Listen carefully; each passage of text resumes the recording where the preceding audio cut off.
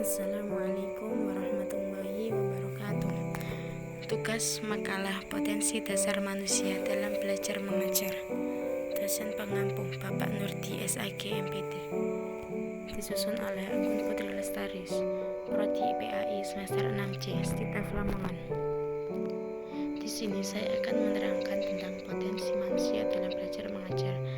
Seperti yang kita ketahui, manusia pasti memiliki sebuah potensi dasar dalam berpendidikan di dalam dirinya, karena manusia adalah makhluk hidup yang dapat dididik dan mendidik.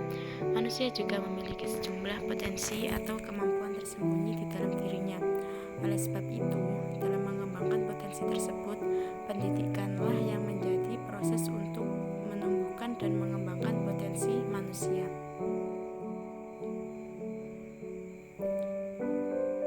Maksud dari mengajar atau kata lain dari mengajar adalah berpotensi sebagai guru.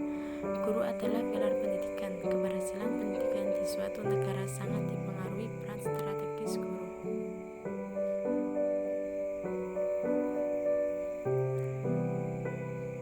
Berdasarkan UU dituliskan ada 4 kompetensi yang wajib dimiliki seorang pengajar atau guru. Yang pertama, yakni kompetensi pedagogi.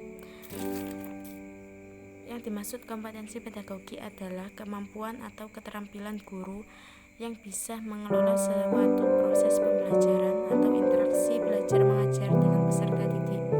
Yang kedua, yakni kompetensi kepribadian.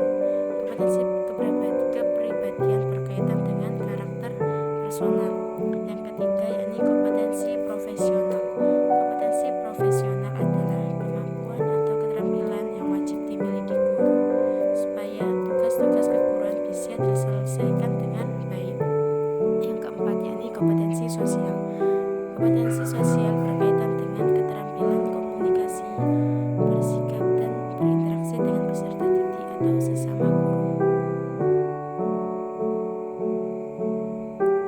Yang kedua, yakni potensi dasar manusia. Secara umum, potensi adalah sebuah kemampuan dasar yang dimiliki manusia yang sangat mungkin untuk dikembangkan, sehingga pada intinya potensi sendiri berarti suatu kemampuan yang masih bisa dikembangkan lebih baik lagi. Ada beberapa pengertian potensi dasar menurut para ahli. Yang pertama, yakni menurut Wiono, potensi memiliki arti kemampuan dasar dari seseorang yang masih terpendam dan menunggu untuk dimunculkan menjadi kemampuan yang nyata.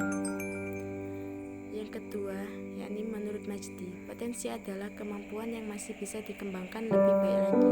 Secara sederhana, potensi merupakan kemampuan terpendam yang masih perlu untuk dikembangkan. Potensi dasar manusia sendiri dibagi menjadi dua, yakni potensi internal dan potensi eksternal. Yang pertama, potensi internal. Yang dimaksud dengan potensi internal ialah potensi yang menyatu dalam diri manusia itu sendiri. Potensi internal terdiri dari 3 potensi, yakni potensi ruhiyah.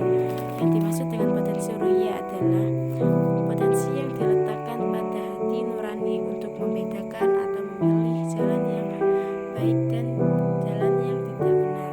Yang kedua, potensi akliyah. Yang dimaksud dengan potensi akliyah adalah potensi yang terdiri dari panca indera dan akal pikiran. Yang ketiga, yakni potensi jasmania. Yang dimaksud dengan potensi jasmania adalah kemampuan tubuh manusia yang telah Allah ciptakan dengan sempurna, baik berupa kekuatan dan kemampuan.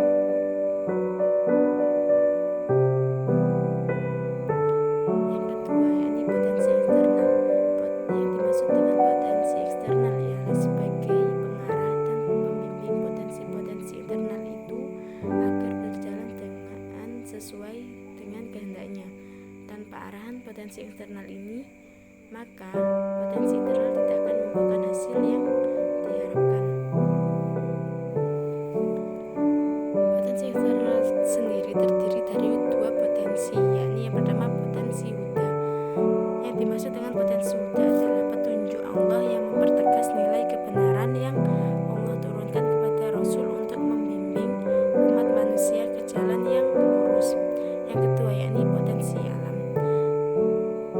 Alam semesta merupakan potensi eksternal kedua untuk membimbing umat manusia sebagaimana fungsinya.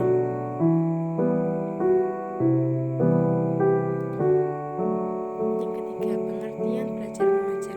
Proses belajar mengajar merupakan suatu proses yang mengandung serangkaian perbuatan guru dan siswa atas dasar hubungan timbal balik yang berlangsung dengan situasi edukatif untuk mencapai tujuan tertentu.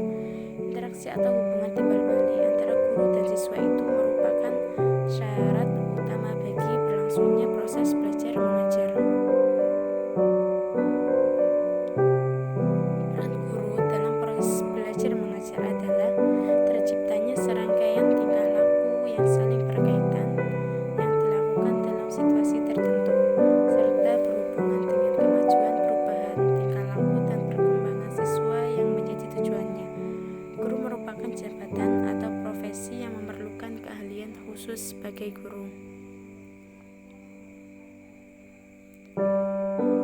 Bruce Jones dan Marcel Will mengemukakan 22 model mengajar yang dikelompokkan ke dalam 4 hal, yaitu yang pertama proses informasi, yang kedua perkembangan pribadi, yang ketiga interaksi sosial, dan yang terakhir modifikasi tingkah laku.